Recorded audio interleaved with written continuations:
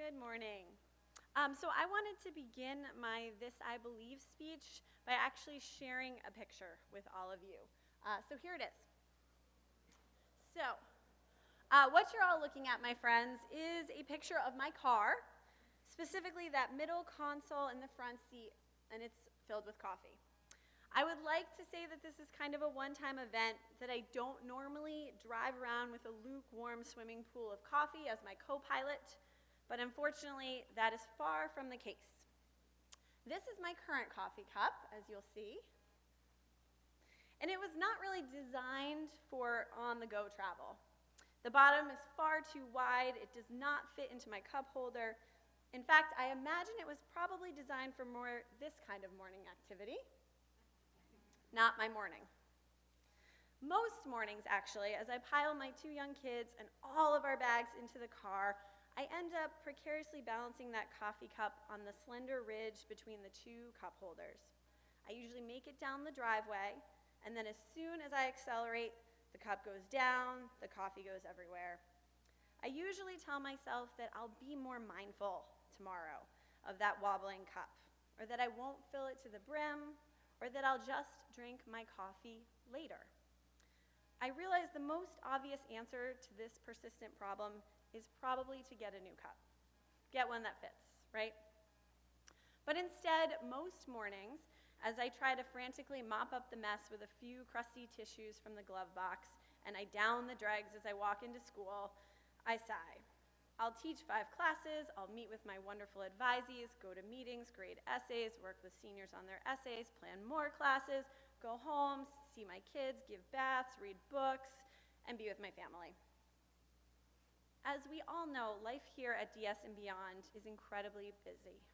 We are all balancing a myriad of communities, commitments, and things that demand our time and creative energy.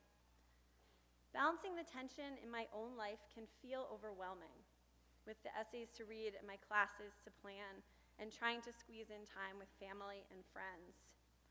I realize I cannot have the activities and work divided in the ways that I want.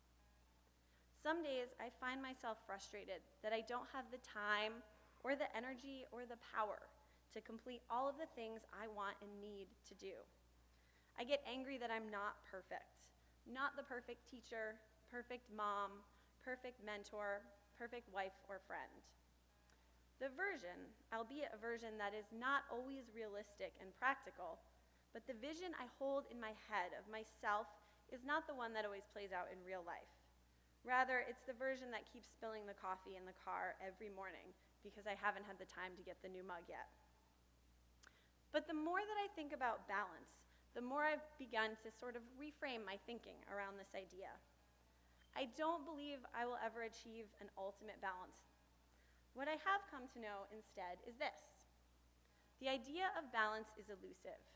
It's dynamic. It's an ever-moving target. So instead of chasing an idea and a version that is unattainable, I'm focusing now on finding joy in that imbalance, because there is so much of it. There is so much joy in the moments I spend here with my students. There's joy in watching them learn and grow. There's joy in watching my daughters learn to read. There's joy in that quiet 5 a.m. morning. And there's joy in the struggle too. The struggle to make it all work, to balance the weight, as imperfect as it is. It's a reminder for me to take a slow inhale and exhale when my life is in complete chaos, and a reminder to revel in the gratitude for the days when my coffee cup teeters but doesn't fall. Thank you.